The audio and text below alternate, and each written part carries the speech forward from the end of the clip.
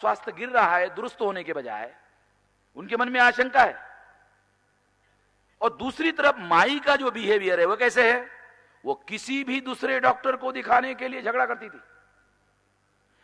इसका मतलब है वो एज ए डॉक्टर, उसको मालूम है अगर दूसरे डॉक्टर को डॉक्टर बाबा साहब आम्बेडकर को दिखाया गया तो दो बातें होगी। एक, वो डॉक्टर डायग्नोसिस करके बता सकता है कि तुम्हारा जो इलाज है वो गलत हो रहा है, वो दूसरा डॉक्टर बता सकता है, सारा षड्यंत्र फेल हो सकता है। दूसरी बात क्या है, दूसरी बात माई के दिमाग में क्या है, माई के दिमाग में दूसरी बात यह है डॉक्टर बाबा साहब आम्बेडकर को अगर ये सलाह दिया गया तो वो स्वतंत्र निर्णय लेकर दूसरा इलाज शुरू करवा सकते हैं, इससे बाबा साहब आम्बेडकर का स्वास्थ्य दुरुस्त हो सकता है। दो बातें माई सोच रही, इसलिए जो भी आता है कोई दूसरी बात करने के लिए उसके साथ कोई और नहीं, वो ये जो माई है ये खुद ही झगड़ा करती। और झगड़ा करने की वजह से क्या हो जाता है, वो जो लोग हैं वो परेशान होकर के वो चले जाते और फिर दोबारा फिर जो है बात नहीं करते। आयुर्वेद के भी कुछ डॉक्टर आए थे और उनके साथ भी उन्होंने झगड़ा किया और कई डॉक्टरों के साथ झगड़ा किया किसी भी व्यक्ति को दिखाने के लिए। उसका बिहेवियर, एक अपराधी का जो बिहेवियर होता है, माई का जो बिहेवियर है एक अपराधी का बिहेवियर है। मैं ऐसा मानता हूं कि माई के बिहेवियर का भी स्टडी होना चाहिए। एक किताब में शायद माई के बिहेवियर पर ज्यादा विस्तार से नहीं लिखा गया और मैं ऐसी योजना बना रहा हूं कि इसमें बहुत सारी घटनाओं का, बहुत क्रिमिनल माइंड के लोगों का बिहेवियर कैसा होता है, उस दृष्टि से इस किताब में जो मटेरियल है उसका विश्लेषण करने की जरूरत है। मैं सोच रहा हूं कि इस पर 200 पेज का किताब लिखा जा सकता है अलग। वहां की जो घटनाएं हैं उसका इस तरीके से विश्लेषण करके बताया जा सकता है जिससे और ज्यादा निर्विवाद रूप से इसे प्रमाणित किया जा सकता है, उनके सारे व्यवहार का, सारी घटनाओं का। तो इस तरह से मुझे ऐसा लगता है कि ये आने वाले समय में हम लोग करेंगे। एक तो ये बात हम करना चाहते हैं। दूसरी एक महत्वपूर्ण बात, श्यामू जाधव जिसको माई ने खुद ही भगाया था और मरने के पहले तक करस्पॉन्डेंस उस श्यामू जाधव जो सिंपली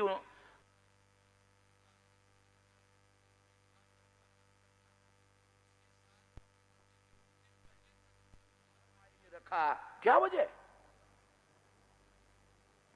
जो श्यामू जाधव कोल्हापुर का है वो उसको माई ने चाहे कोई भी योजना हो, पैसे का लालच हो या कोई भी कारण हो, उसके आधार पर उसको उस षड्यंत्र में शामिल किया गया। 4 दिसंबर 1956 को बाबा साहब आम्बेडकर राज्यसभा में थे, बराबर है विलास?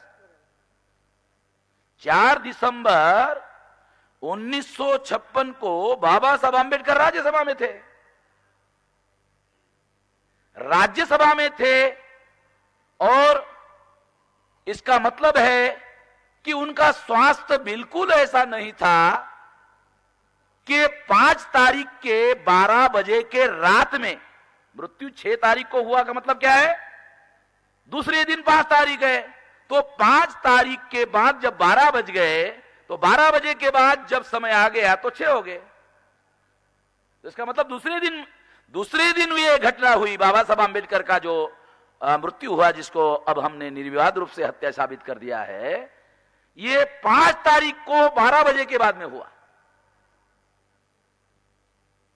4 तारीख को राज्यसभा में थे। अगर 4 तारीख को राज्यसभा में थे तो वो कोई बेड रिडन बीमार व्यक्ति नहीं थे, बराबर समझ रहे वकील साहब? इसका मतलब बाबा साहब आम्बेडकर बेड रिडन बीमार व्यक्ति नहीं थे, इसलिए दूसरे दिन उनके मृत्यु होने का कोई वजह ही नहीं थी, कोई कारण नहीं था। 5 तारीख को रात में 12 बजे के बाद बाबा साहब आम्बेडकर का हत्या कर दी गई और उसके पहले श्यामू जाधव और डॉक्टर मालवणकर और वो सारे जो लोग हैं उनको योजना बनाकर भगाया गया। बाबा साहब आम्बेडकर का बहुत सारा लिटरेचर वो लेकर भाग गए, बहुत सारे ट्रंक जो है बहुत सारी भरी हुई बहुत सारी चीजें लेकर भाग गए। और बहुत सारा इंपॉर्टेंट लिटरेचर भी लेकर भाग गए।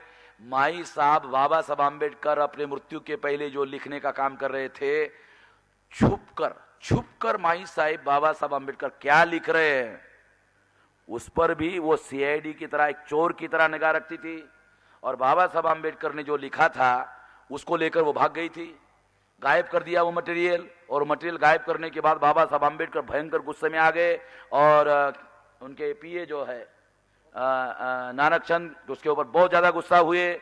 तो गुस्सा हुए, उसके पहले वो माई पर गुस्सा हो गए और किस